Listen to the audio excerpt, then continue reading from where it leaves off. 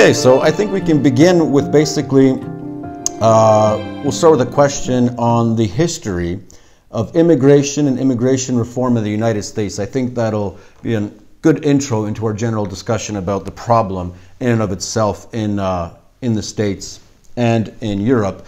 So if you could just give us a brief outline, Mr. Brimelow, of how the immigration debate and immigration reform up until today evolved in the United States.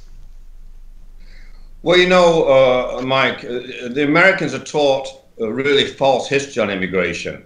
Immigration into the U.S. Has come in great waves, followed by great periods of little or no immigration, or even negative immigration in the 1930s. People left, and it's always been regulated.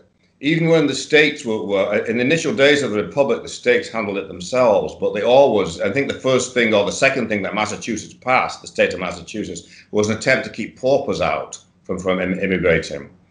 In the 1920s, there was a great wave of immigration from the 1880s to the 1920s, and then there was a radical cutoff in 1921, 1924.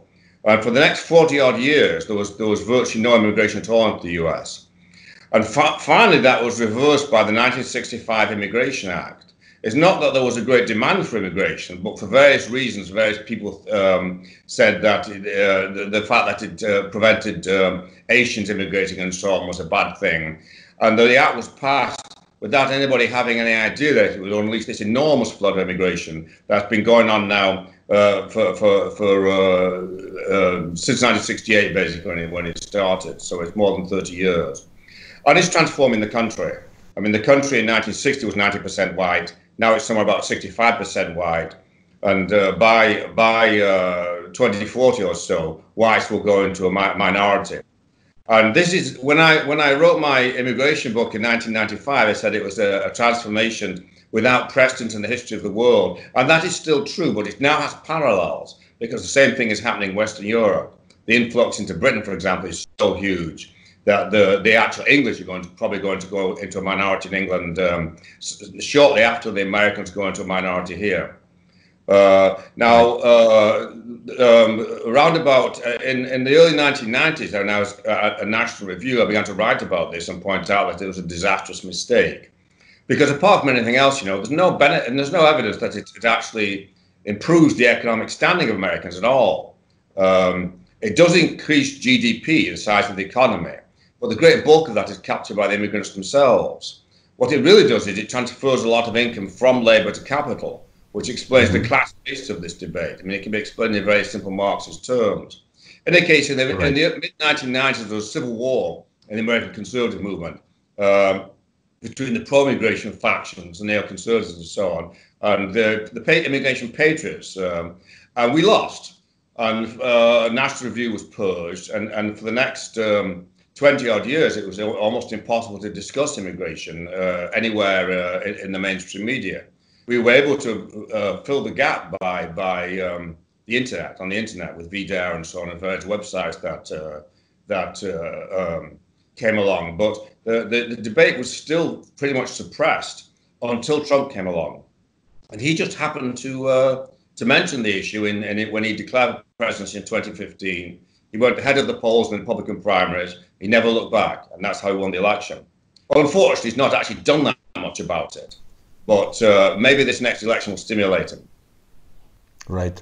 Well, one of the reasons why I'm asking about the sort of history of the evolution of the process of mass immigration to the United States and the opposition that it's garnered is because Opcja TV is sort of an element of the Redaktorem publishing house in Poland. And we're the only publishing house that has published basically all of Pat Buchanan's books into Polish. So Pat Buchanan is sort of an American hero to a lot of us nationalists and paleo-Polish conservatives, so to say. And I myself, in my sort of PhD research, analyzed the conservative wars of the 90s, including what happened after Alienation, your famous book, was published in 1995, and what happened to Pat Buchanan, obviously, and everybody else who talked about the issue. I've noticed there's been a trend recently in the States, whereby some people have been making noises in sort of the Trump fashion, where they like to talk about illegal immigration, but they leave out the question of legal immigration. And it seems to me that this is done purposefully to sort of turn away the attention of the American public opinion from the larger question of what kind of nation the United States will be, 20, 30, 50 years down the road. Would you agree with my assessment that there's a sort of invisible hand here directing the discussion of immigration only to the illegal aspect? That's traditionally been the case for the last 15 years or so with Republicans. They've always said they're against illegal immigration and in favor of legal immigration. Trump actually stood that up quite a lot. And there's now more people who are, including people in the Senate, for example, who are prepared to say that they should reduce legal immigration. Unfortunately, Trump himself has stopped saying it. He said it in 2015 and through the campaign, but he appears to have forgotten that. On the other hand, he did recently tweet out, as you know, that he thought there ought to be an immigration moratorium. Now, of course, he was immediately prevailed on to back down. But you know what Trump's like. He'll probably break out of his cage again at some point in the election campaign and start talking about it again. I agree with you that the whole illegal immigration thing was a blind. But of course, the fact is that these people didn't want to do it. The ruling class didn't want to do that illegal immigration either, and they didn't have any serious enforcement efforts really until Trump came along. I think the administration, although America has been a disappointment, it did succeed in reducing the immigrant presence in the US quite a lot through administrative measures. And really only VDare.com and the extreme left have noticed this, that it was just much more difficult to become an asylee or apply for immigration in general. They just do it through administrative measures. Unfortunately, of course, they can be reversed. What we need is legislation. There are proposals in Congress, though. I mean, the RAISE Act that Senator Hawley from Missouri proposed, that Trump actually endorsed, would have reduced legal immigration by half, which is significant. Not enough, but significant. Right. Well, it seems his instincts are right on the issue. I remember that Ann Coulter apparently called his document on immigration reform the greatest document since the Magna Carta. And I know Ann Coulter is a regular on VDare. And if you read it today, it would seem that if you translate it even into Polish with all our immigration problems, just, substitute the word Americans for Poles or America for Poland, it would solve a lot of our problems. And I'm wondering how much of that program was actually Trump really believing in the agenda, and how much was he feeling out the electorate? Or in other words, to what extent do you think Trump really is serious when it comes to immigration reform, real immigration reform? He's not serious enough. But on the other hand, he's a profoundly intuitive personality.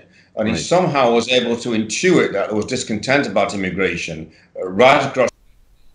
Sure.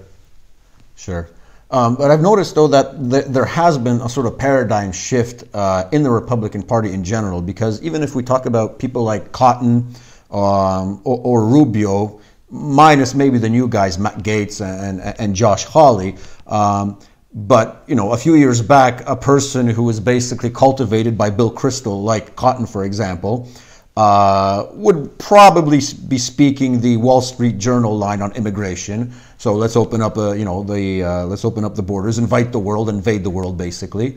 And this paradigm shift has been evident in a way that one, I think, can say, I don't know if you would agree, that at least on immigration, even in terms of illegal and legal immigration, the Republican Party has definitely moved has become the Pat Buchanan Party in this regard. It's cool to be an immigration skeptic right now. Mike, I've been running VDare for 20 years now, incredibly. And in the aughts, from 2000, we started in 1999. The first 10 years, the debate was kept completely out of politics, and the Republican Party was controlled by pro-immigration people. That's really shifted. They're still there and they're still fighting, but essentially the debate is precipitating out along political lines, along partisan lines. Republicans are in favor of less immigration and Democrats are in favor of more of it. I mean, one of the other interesting things that's happened is the Democrats have gone completely mad. The polls show that all white Democrats have completely shifted on the issue of immigration. They used to be suspicious of it. Now they want more of it because, of course, they've been told that this is their route to power by having more third-world immigrants in. So the issue is precipitating out on partisan lines, and that's good because that's how democracies work. And I think you don't really see now Republicans running on amnesty, which Jeb Bush actually did as late as 2016. It was a disastrous failure for him, and although there are Republicans out there who would like to have amnesty, they at least keep their mouths shut about it. Progress. It's not fast enough, but it's something.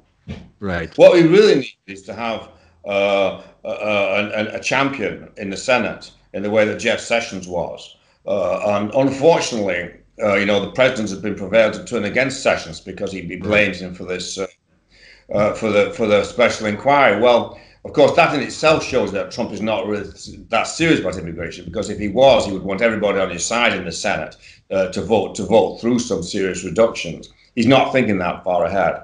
It's very, we really want to see Chris Kobach win in Kansas, because he really is a serious intellectual force on immigration. He could emerge as a champion in the Senate. Of course, that's why the Republican establishment is so desperate to stop him.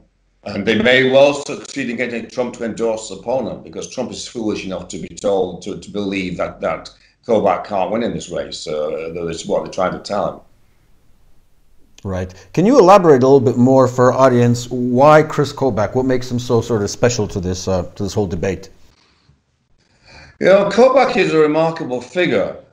He's a lawyer, and he had extraordinary academic credentials as a lawyer. And he became Secretary of State for Kansas. He had several different political races, not all of them successful. But he was also the chief lawyer for one of the immigration restriction organizations inside the Beltway. And he litigated a lot of the cases where American towns were desperately trying to prevent illegal immigrants, the influx of illegal immigrants into them, which the federal government in those days under Obama and Bush wouldn't do. So he's had extensive experience on the litigation side. He's currently running for, he did run for governor and just narrowly lost last time in 2018. Mm-hmm. Something I would blame on Trump. I don't think Trump properly nationalized the race. Now he's running for Senate, which is the ideal place for him. And the Republican establishment is ferociously opposed to him. They desperately don't want to have him win. He's quite capable. He's potentially presidential material. If I remember correctly, he was interviewed by Trump, at least in 2017, for a while at least. They were considering him for some position. I mean, it's one of these tragedies about the Trump administration. He was going to be head of Homeland Security, the internal Ministry of the Interior, basically, in European terms. And they also were trying to make immigration czar. But the Byzantine politics of the White House somehow prevented that from happening. And he knew also that Trump was told by the Senate Republicans that they would have difficulty getting Kobach confirmed to these positions, to the Ministry of the Interior position, because the Democrats hate him so much, because they've identified him as an enemy on this issue. And Trump, unfortunately, simply didn't fight hard enough. I mean, one of the hallmarks of the Trump administration is that he's not in charge of it. He doesn't seem to be in charge of bureaucracy. It seems to, or even the White House bureaucracy, it seems to run itself, subject to occasional incursions by him. Just suddenly announces something and the court stirs everything up. It takes him some time to get him back under control again. Right. You have to realize, it's the Wild West here, Mike. I mean, the American government is always in chaos. It's designed to be chaos. Trump is just more chaotic than usual. Oh yeah, one of my friends who lives in Virginia, fairly prominent person in media conservative circles, said that right now Washington looks like something Rome just before the fall. So I can imagine what must be happening out there. I noticed this morning on Twitter that apparently a couple of senators, including Ted Cruz, sent a letter out to Trump whereby they ask him to close down the issuance of visas for temporary workers, at least during COVID. What do you think? Will this get any traction?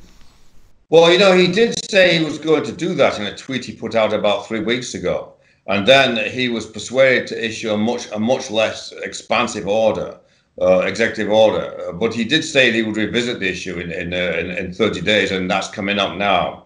And that's what the Trump thing is about, the Cruz thing is about. It's obviously crazy to import temporary workers when the situation is as bad as it is here.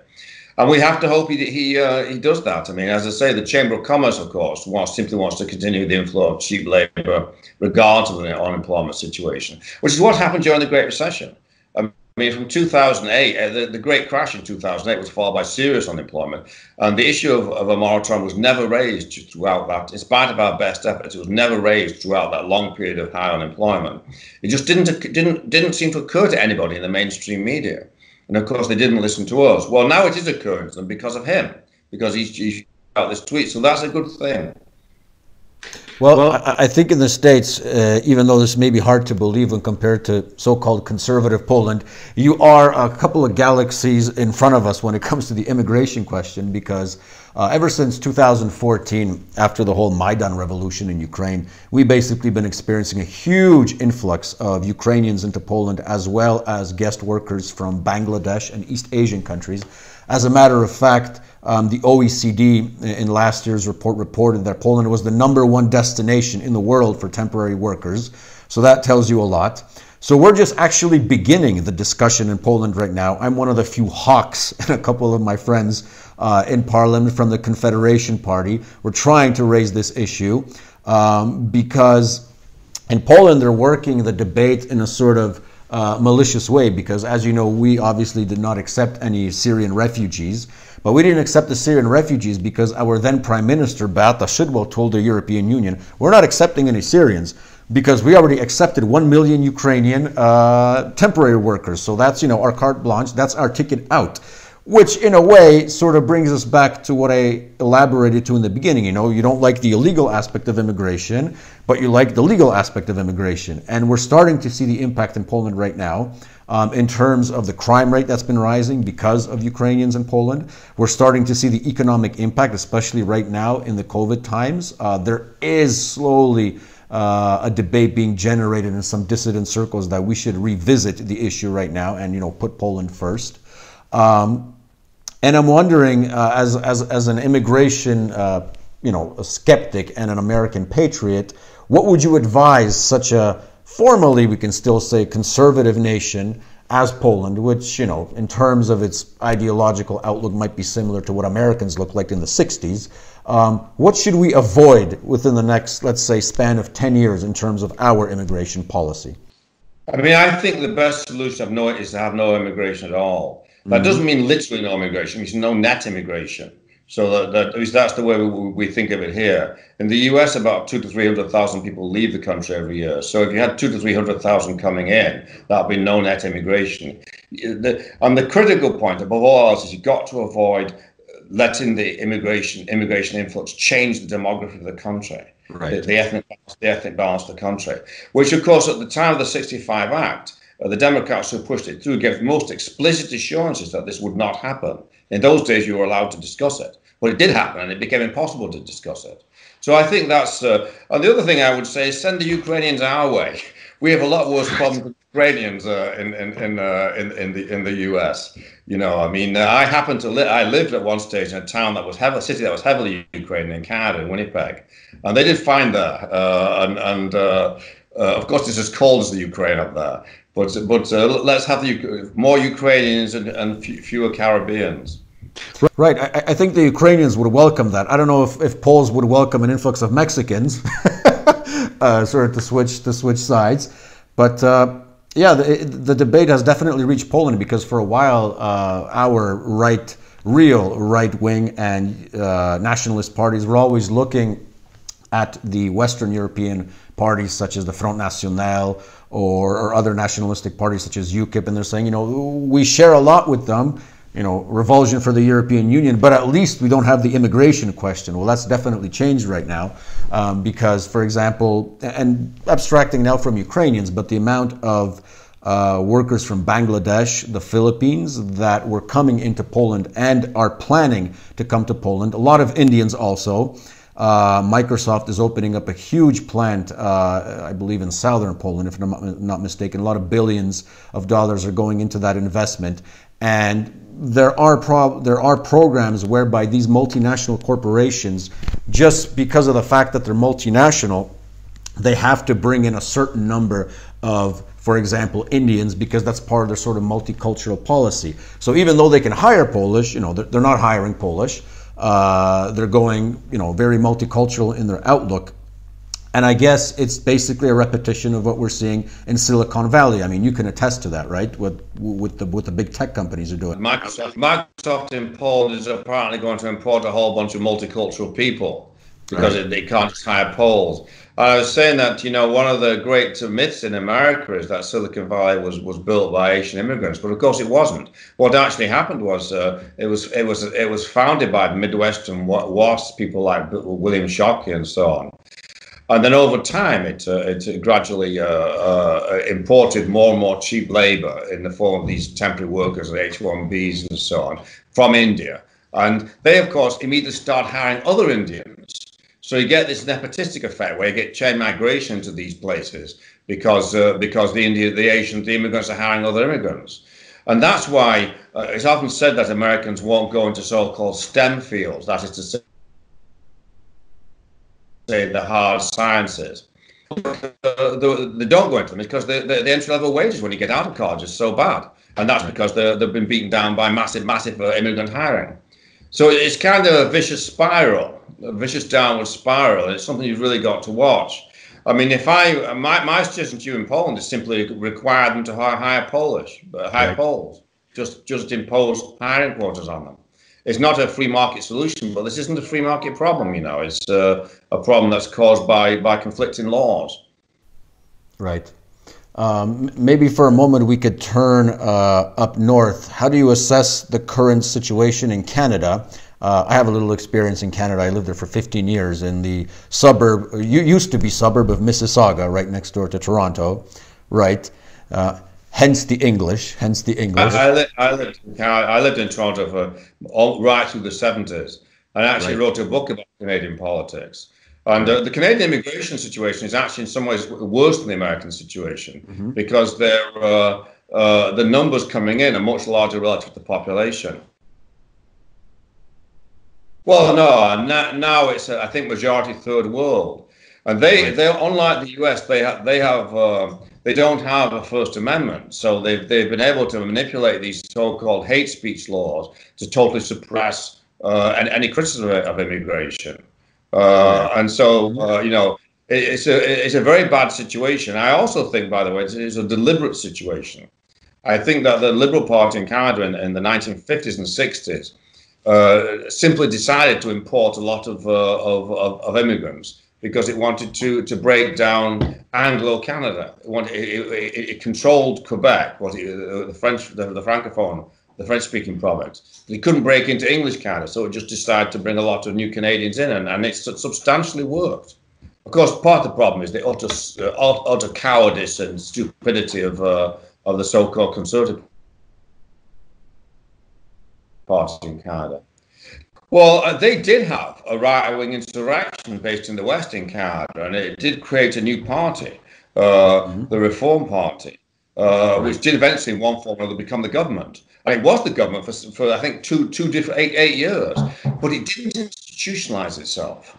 It should have done things like, for example, in Canada they don't have an elected Senate, so that the country is run out of the House of Representatives. So the big population centers dominate the rest of the country, and of course they should have stopped immigration.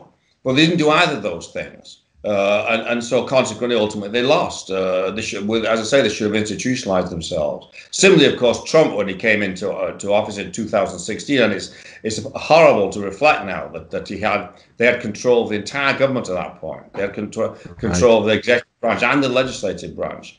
They should immediately go for an immigration moratorium, or at least radically cut immigration, at least reorient it towards Europe rather than the third world. And they didn't do that. And that's something that we'll be paying for a long time. Right. I mean, suffice it to say that in the last Canadian election, I mean, the only voice that could have been called immigration skeptic was Maxime Bernier, and he's a libertarian. He was a dissident from the Conservative Party. Actually, I think he served at one point in Harper's government for a short time. But even he, if I remember correctly, was only making noises about illegal immigration and temporarily stopping the refugee program. I've noticed he's sort of moving in the right direction on Twitter right now in light of COVID and so on. But yeah, Bernier and my brother, who's in Alberta, he voted for Mad Max, as they call him out there. But I mean, he was like in the 1 or 2% support in the whole federal election. So it was just a tragedy for him. But and he's the only voice. Itself isn't a problem because that's how the Reform Party started. It's very difficult to break into a parliamentary type system where you have to go through several different elections. I do think it's very significant that Bernier is a Québécois, and I think in some respects they're less politically correct than the Anglophones, the English speakers, partly because they're not exposed to these noxious influences from America. And they're used to thinking in national terms and in terms of what a national community is. So it was easier for them to adopt this issue. And of course, I think as a political entrepreneur, you see this huge void in Canada. At some point, somebody will come along and raise the issue in Canada as Trump did. I mean, I said before Trump was elected, when things looked very, very bad, and it looked like Jeb Bush was going to be down. I said, it will only take one speech for this issue to get into politics. Right. Of course, I was wrong, as it turned out. It only took one soundbite. Trump doesn't have a attention span to make a speech, but he did have a soundbite, and I think that's what I would assess the situation in Canada is. I mean, the ruling class there and this tight control of the mainstream media has completely kept the issue out of politics, but it's still there, and it will well up again as it did in the US. Right. Which we're trying to get a Polish version of that in Poland, because our ministers and politicians of the ruling party are saying that what we want to do right now is cultivate a huge number of Ukrainian immigrants to be future leaders of Poland. And our former Deputy Prime Minister Jarosław Gowin actually said that we should be bringing in more Ukrainians and cultivating them as future politicians and leaders of Poland. Now, anybody who's conscious enough of Polish-Ukrainian relations, at least in the last 200, 300 years, knows that we most of the time didn't get along, and I think it's better for the two nations to be, separate entities. I have no hate against the Ukrainians, but I think it's better. It's like Robert Frost, the poet Robert Frost said, "Good fences make good neighbors." Exactly my point. And it's fascinating how the debates that were waged, or the methodology of the debates that were waged in the States in the 90s and are being waged in a way in the States right now are being transplanted into Poland. I mean, we have our own sort of rhinos in the current government who are, yes, let's stop illegal immigration, but bring in more legal migrants, and we will absorb them into Polish culture, and so on and so on. So the trends, in a way, are global, especially in terms of countries that could still be, in a way, or the societies that, in a way, could still be considered conservative, such as Poland, for example. So we're definitely heading in that direction, and that's why I think this discussion that we're having today is so important, because Vidar has definitely contributed to this discussion. I think one of the things in Poland, the issues or reasons why the immigration debate hasn't really launched the way it has launched in the West, despite the fact that we have, over, I would say, in realistic terms, 2 million Ukrainians here and many others from East Asia, is because nobody has actually made that speech that you're referring to, Mr. Brimelow, or nobody has actually posed the questions to the Poles. It's actually interesting because I've actually read polls, how polls should change based on the opinions of immigrants here. And these are usually propounded by liberal newspapers saying, oh, we're still very backwards because the immigrants that are here don't like the way we act. Well, that's, obviously a paradox of paradoxes. But yeah, that debate definitely needs to be had in Poland. But as I said, we're seeing a very similar paradigm shift in ways that we've seen in the States before, in the sense that the ruling class is telling us that more immigration is great, and you're seeing these tingling feelings among the populace saying, I don't know, we'll see. So there's still, I think, a future ahead of us, but as you said, we basically have to seriously cut back on immigration and think seriously about the future in terms of industrial policy, economic policy, and as Wider often claims, and I've translated that into Polish, demography is destiny, or demography is the future. So in Polish, demografia jest przeszłością, basically, and I hope that's the way we're going to go. Anything else you'd like to add, Mr. Brimelow, just before we end? Well, I'm old enough to remember Polish refugees in my town in North England, and it's a great joy to us that Poland is free. Right. If you remember what it was like. So we have to remember that things have improved a lot, and at least I think you have control of your own destiny now in a way that you didn't. And I think you're setting a great example. It's very important to the example that different countries set to each other. So the example that Poland is setting is inspirational over here as well.